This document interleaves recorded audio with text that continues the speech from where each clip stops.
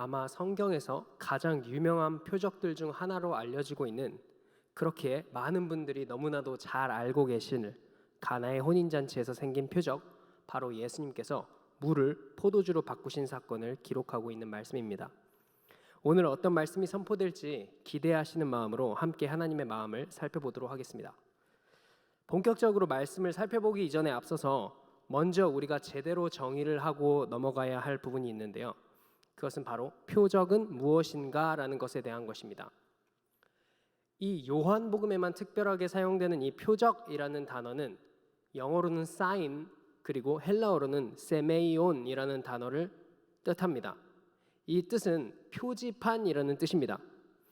예를 들어서 우리 교회 이 앞에 중앙연합감리교회라는 간판, 표지판이 있죠. 그러나 그 간판 자체가 저희 교회는 아닙니다. 그 간판은 실체인 교회를 가리키고 있는 하나의 표지판일 뿐이라는 것입니다. 그래서 우리는 이 예수님께서 일으키신 표적들을 바라보면서 그 표적 그 자체에서만 의미를 두어서는 안 되고, 그 표적이 가리키고 있는 것이 무엇인지를 올바로 파악해야만 하는 것입니다. 오늘 말씀은 요한복음에서 등장하는 총 7가지의 표적들 중에서 그 첫 번째 기적입니다. 이 표적 또한 이 사건 자체에 중점을 두고 있는 것이 아닌 어떠한 것을 가리키고 있는 표지판이라는 것을 생각하시고 기억하시면서 이것이 무엇을 가리키고 있는지 함께 살펴보도록 하겠습니다. 함께 1, 2절을 읽겠습니다. 사흘째 되던 날에 갈릴리 가나에 혼례가 있어 예수의 어머니도 거기 계시고 예수와 그 제자들도 혼례의 청함을 받았더니. 오늘 말씀의 배경은 가나라는 곳입니다. 이 가나라는 곳은 예수님께서 자라신 나사렛에서 북쪽으로 약 8마일 정도 떨어져 있는 지역인데요. 우리가 차를 타고 간다면 10분이면 가겠지만 걸어서 간다면 2시간 반 정도의 시간이 걸리는 거리입니다. 1, 2절을 보시면 이 잔치에 마리아는 이미 와 있고 예수님과 그리고 그의 몇몇의 제자들이 초대됩니다. 이 당시 고대의 전통적인 문화는 이 미국처럼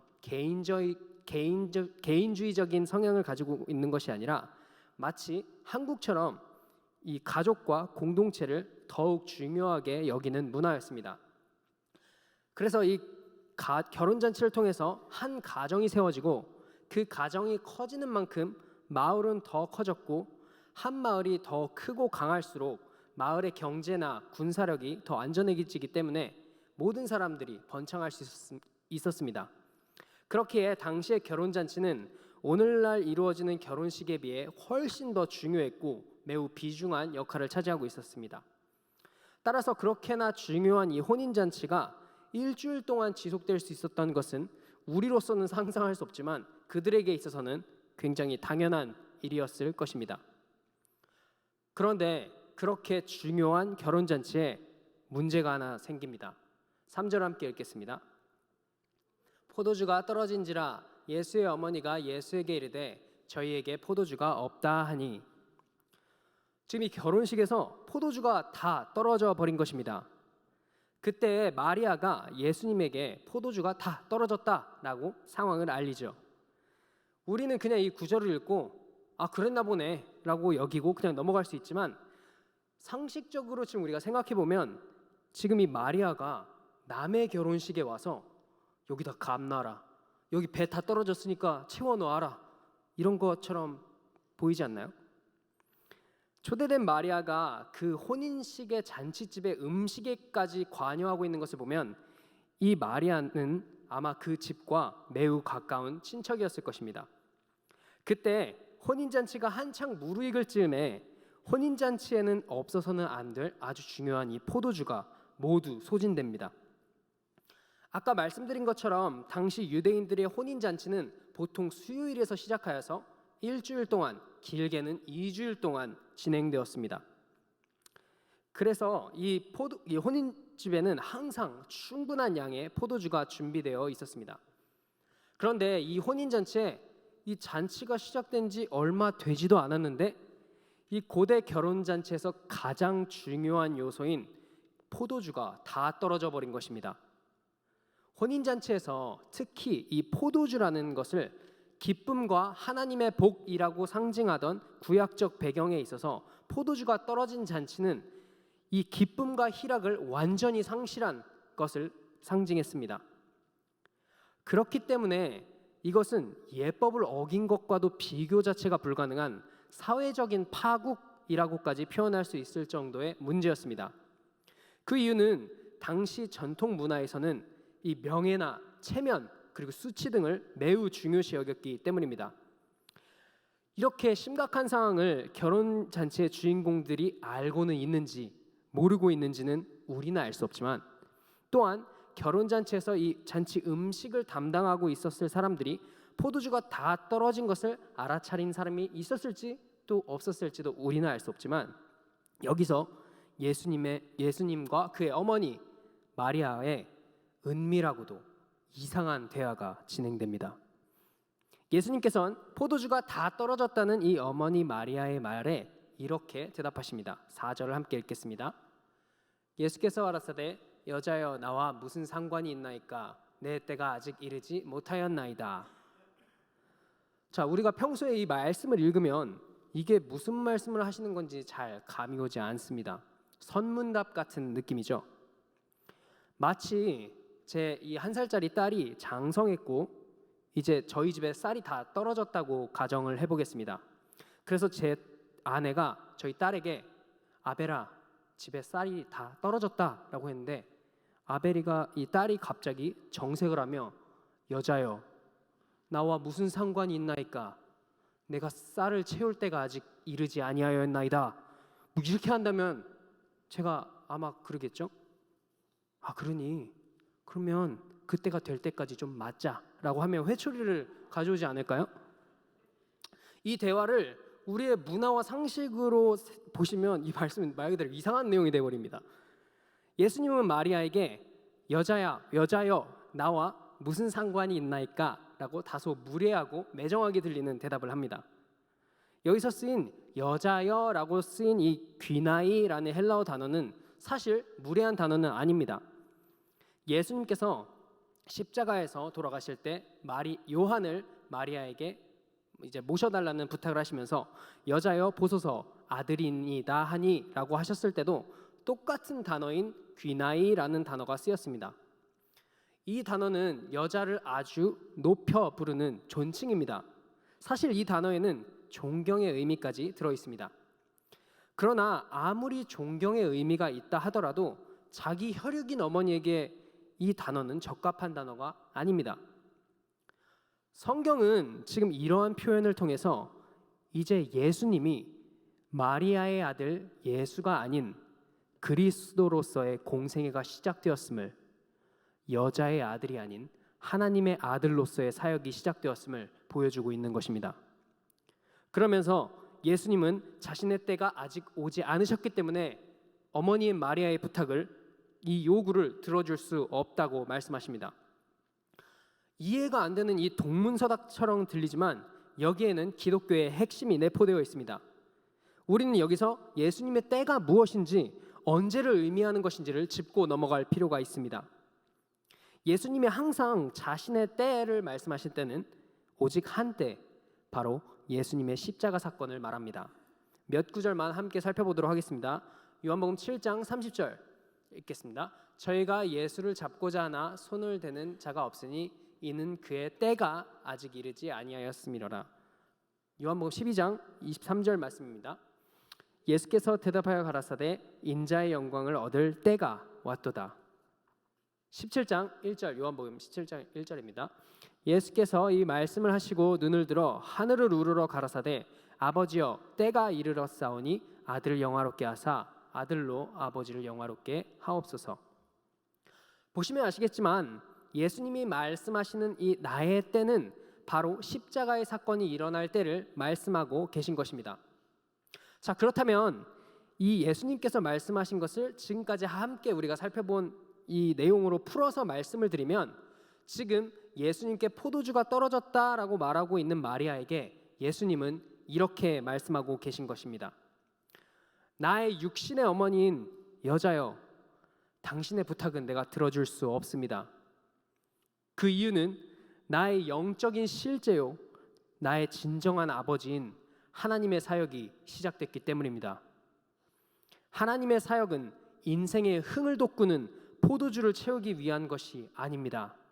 나는 나의 때에 십자가를 짊어짐으로 당신을 포함한 온 인류의 죄를 해결하러 온 구원자입니다.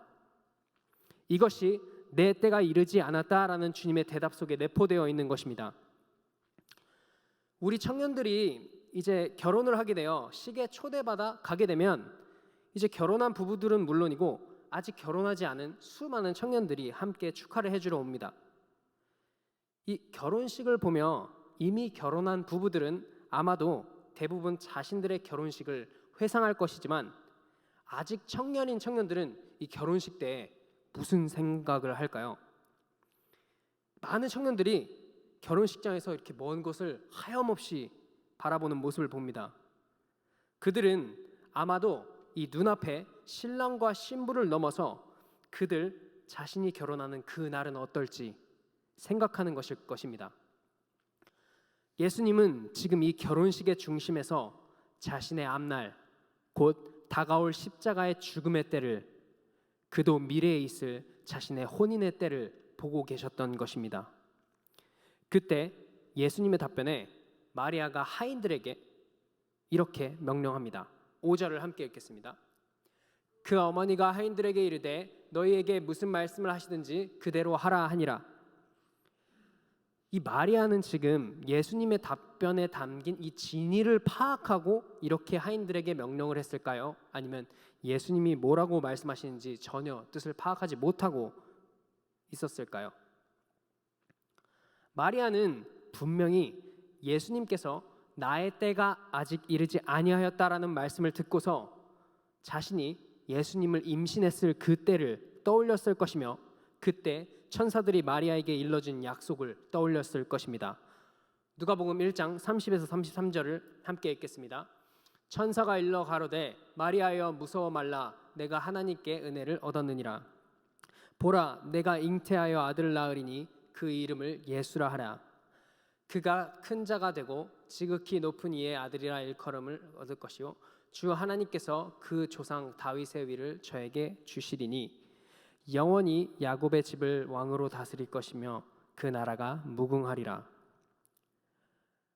마리아는 이 예수님께서 여자여라고 말씀하시는 순간 이제는 나의 육신의 아들로서 사랑하고 보호해 주어야 할 아들이 아닌 하나님의 약속의 때가 도래했음을, 하나님의 사역이 시작되었음을 깨닫고 하나님의 아들로서 이제는 도리어 자신이 순종하고 섬겨야 할 대상으로 인식했던 것이 분명합니다.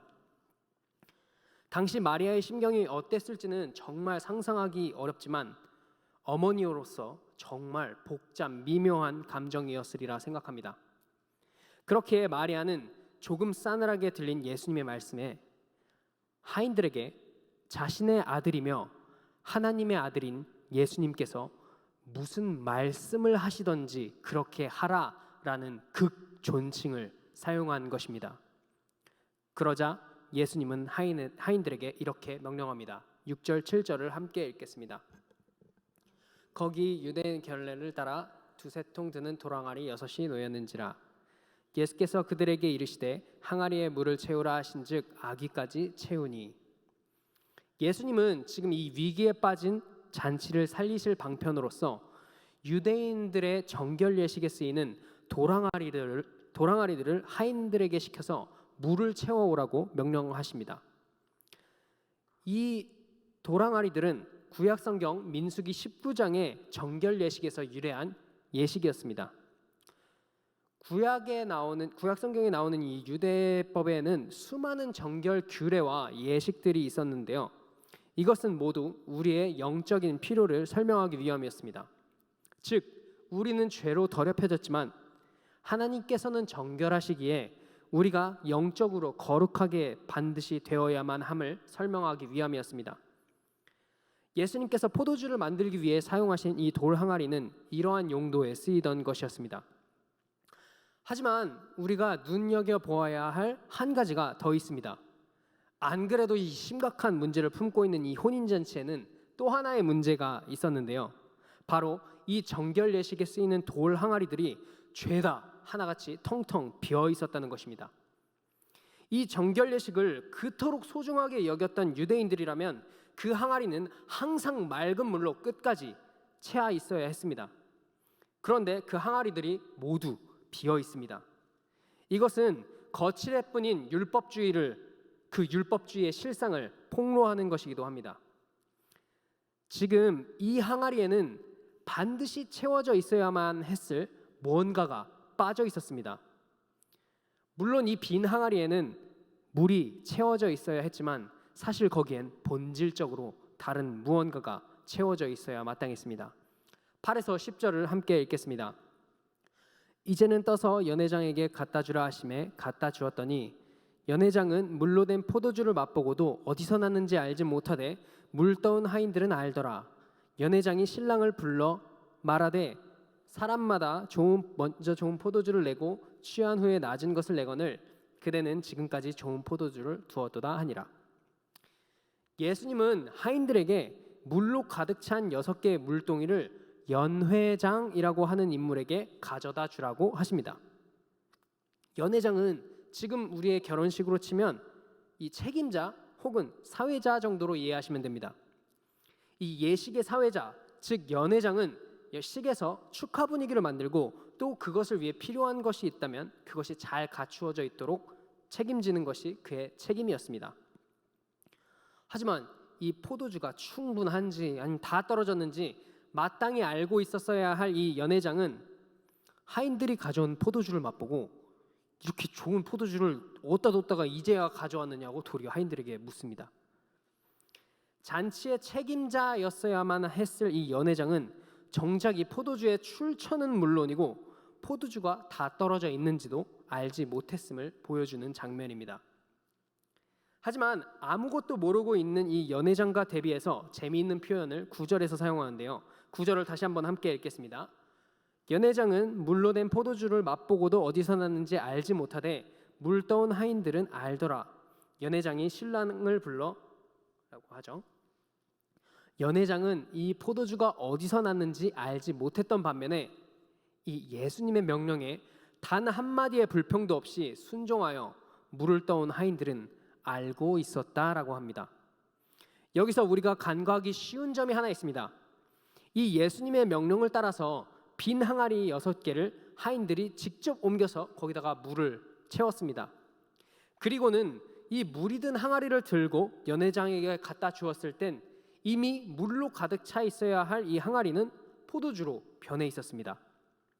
하인들은 직접 이 물동이를 물로 채웠기 때문에 누가 이 물을 포도주로 바꿨는지 정확히 알고 있었습니다. 하지만 이것을 알 리 없는 연회장이 갑자기 엄한 사람을 부릅니다. 누구죠? 9절의 신랑입니다. 혼인잔치 때문에 안 그래도 정신없을 주인공 중 하나인 신랑을 부르고 이렇게 말합니다. 10절 말하되 사람마다 먼저 좋은 포도주를 내고 취한 후에 낮은 것을 내거늘 그대는 지금까지 좋은 포도주를 두었도다 하니라. 자, 혼인잔치에서 대부분의 사람들은 질이 높은 포도주를 먼저 내놓고 사람들이 취하면 질이 안 좋은 포도주를 가져오거늘 당신은 지금까지도 질이 높은 포도주를 남겨놓았다면서 아무것도 모르는 연회장이 아무것도 모르는 신랑에게 특급 칭찬을 날립니다. 지금 이 상황이 재밌는 것입니다. 이 모든 상황을 마땅히 알고 있어야 할 연회장은 포도주가 다 떨어졌다는 것은 알지도 못했을 뿐더러 이 포도주를 만들어내신 예수님이 칭찬을 받아야 할 이 마당에 아무것도 모르고 혼인을 준비 중인 신랑을 불러내어 칭찬을 받아야 할 예수님 대신 아무것도 한 것이 없는 신랑이 칭찬을 받는 상황이 발생한 것입니다. 지금 이것을 통해서 예수님은 무엇을 말씀하고 계신 걸까요? 예수님께서 이 정결 예식에 쓰이던 물항아리에 물을 채우시고 그것을 포도주로 바꾸셨습니다. 앞서 말씀드린 것처럼 이 성경에서 포도주는 주로 기쁨, 잔치, 희락 등을 상징합니다. 시편 104편 15절을 읽겠습니다. 104편 15절이 저 구절이 아닌데요. 제가 읽어드릴게요. 사람의 마음을 기쁘게 하는 포도주와 사람의 얼굴을 윤택케 하는 기쁨과 사람의 마음을 힘있게 하는 양식을 주셨다. 심지어 랍비들의 어록에는 포도주가 없으면 기쁨도 없다라는 말까지 있습니다. 그 정도로 유대인들에게 있어서 이 포도주는 기쁨의 상징이었습니다. 하지만 성경에서 포도주가 상징하는 것은 단지 기쁨뿐만 아닙니다. 또 다른 포도주의 의미는 이것입니다. 마태복음 26장 27, 28절입니다. 또 잔을 가지사 감사기도 하시고 그들에게 주심에 이르시되 너희가 다 이것을 마시라. 이것은 죄사함을 얻게 하려고 많은 사람을 위하여 흘리는 바 나의 피 곧 언약의 피니라. 우리가 잘 알듯이 이 성찬식 때 사용되는 포도주는 예수 그리스도의 피, 보혈을 상징합니다. 포도주가 사라진 잔치집이 다시 기쁨을 회복한 잔치집이 되기 위해서는 예수 그리스도의 보혈이 채워져야 비로소 그 잔치집이 참된 잔치집이 될 수 있다는 것입니다. 바로 이것을 표적으로 보여주고 있는 것이 물로 포도주를 만드신 사건의 진의인 것입니다. 하나님의 혼인잔치는 오직 예수 그리스도의 보혈에 의해서만 이루어진다는 것을 보여주시기 위해서 요한복음에 등장하는 첫 번째 표적을 이 가나의 혼인잔치로 등장시킨 것입니다. 6개의 물동이에 마땅히 채워져 있었어야 할 것은 정결 예식에 쓰일 물이 아닌 오직 이 기쁨을 잃어버린 혼인잔치를 온전히 회복시킬 수 있는 포도주, 바로 예수 그리스도의 보혈로 채워져 있어야 했음을 보여주는 것입니다. 다 떨어진 포도주를 채우심으로 예수 그리스도께서 마땅히 높임을 받았어야 할 이 표적을 통해서 아무것도 한 것이 없는 신랑이 그리스도의 일로 말미암아 높임을 얻습니다. 지금 예수님께서는 이 물동이의 물을 포도주로 바꾸시는 표적을 보이시며 구원이란 자격 없는 이들이 신랑처럼 아무것도 한 것이 없는 자들이 오직 은혜인 그리스도의 보혈로만 말미암아 가능하다는 것과 동시에 이 잔치의 진정한 연회장은 바로 나 예수 그리스도다라는 것을 보여주고 계신 것입니다. 나야말로 이 연회의 진정한 필요를 알고 잃어버린 기쁨을 회복시킬 수 있는 진정한 연회장이라는 것입니다. 이 표적을 통해 오직 예수 그리스도의 보혈을 인하여서만 이 기쁨을 잃어버린 잔치가 회복되게 될 것임을 선포하고 계신 것이었습니다. 그래서 오늘 말씀의 이 11절은 이렇게 기록하고 있는 것입니다. 11절을 함께 읽겠습니다. 예수께서 이 처음 표적을 갈릴리의 가나에서 행하여 그의 영광을 나타내심에 제자들이 그를 믿으니라. 지금 이 사건이 표적, 사인임을 밝히시며 그의 영광을 나타내셨다는 것입니다. 이 물이 포도주로 변한 사건은 그리스도의 영광의 십자가를 가리키고 있었다는 말씀입니다. 하지만 우리가 여기서 주목해서 보아야 할 마지막 한 가지가 더 남아 있습니다. 오늘 말씀에는 여러 인물들이 등장하는데요. 바로 마리아와 예수님, 그리고 그의 제자들, 그리고 하인, 연회장, 신랑 등이 등장했습니다. 그런데 오늘 이야기의 결론이 가장 오늘 이야기에서 출연 비중이 작았던 제자들에게 집중이 됩니다. 11절에 보시면 그의 영광을 나타내심에 제자들이 그제서야 그를 믿었다라고 기록합니다. 이 표적을 보이기 이전엔 안 믿었다는 것이죠. 오늘 이 이야기에서 제자들은 이야기 가장 초반에 한 번, 그리고 마지막에 한 번, 이렇게 딱 2번 등장합니다. 다른 말로 하면 이 가나 혼인잔치의 표적, 이 모든 오늘의 이야기를 통해서 아직 예수님을 믿지 않았던 제자들을 믿게 만들기 하기 위함이라는 결론이 도출됩니다. 그렇다면 여기서 말하는 제자들이란 누구를 말하는 걸까요? 당연히 모든 것을 버리고 예수님을 따라갔던 사람들입니다. 다만 그들은 예수님을 따랐기 때문에 제자라 일컬음은 받았지만 정작 본인들은 예수님을 하나님의 아들로서 구원자로서 믿고 있지는 않았습니다. 어쩌면 그들의 동기는 단지 자신들의 삶을 예수님께서 더욱 풍요롭게 만들어주고 또 그들의 어떤 미래에 있을 유익을 바라고 예수님을 따랐을 것입니다.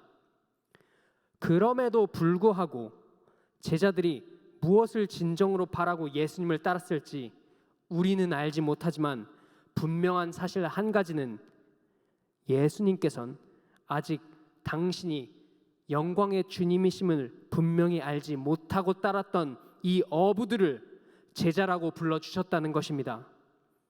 그리고 그들을 때가 되었을 때 당신의 영광을 드러내심으로 믿음을 선물로 주신 것입니다.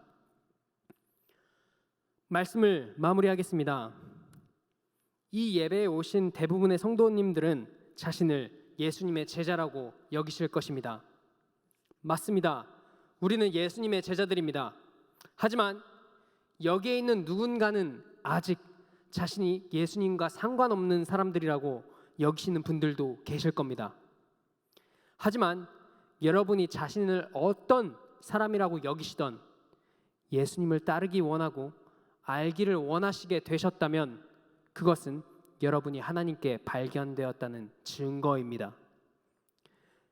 이 예배 가운데 어떤 상황이 여러분을 이곳으로 오게 만드셨는지 알 수 없고 그 모든 동기를 저는 파악할 수 없지만 오늘 말씀을 듣고 나 또한 주님의 제자로 그분의 영광으로 나아가기를 원하시게 되셨다면 그거는 주님께서 여러분을 여러분보다 먼저 제자로 불러주셨기 때문입니다. 모든 사람들의 마음엔 마치 텅 빈 6개의 물동이와 같은 빈 물 항아리가 있습니다. 그래서 남들에게 나의 행위로, 나의 선한 행실로 혹은 나의 의로 그 물동이에 채워놓고 그것을 남들과 비교하여 그래도 난 적어도 쟤보단 저 사람보다는 나은 사람이야 라는 것을 어떻게든 증명해내려고 애쓰면서 살아갑니다. 하지만 예수님의 제자는, 하나님의 제자는 그 빈 항아리 안에 나의 의가 아닌 예수 그리스도의 보혈이 채워지는 자들입니다. 그 항아리를 보혈로 채우시기 위해 연애의 주인 예수 그리스도께서 죽으심으로 자격 없고 아무것도 한 것이 없는 우리가 구원을, 참 기쁨을 얻었습니다. 예수님만을 나의 구세주라 영접하여 예수 그리스도의 보혈, 우리의 죄를 더러움에서 거룩하게 씻으신 그 정결케 하시는 예식에 그 혼인잔치에 참여하여 함께 영원한 영광에 이르는 주님의 제자가 되시기를 축복합니다.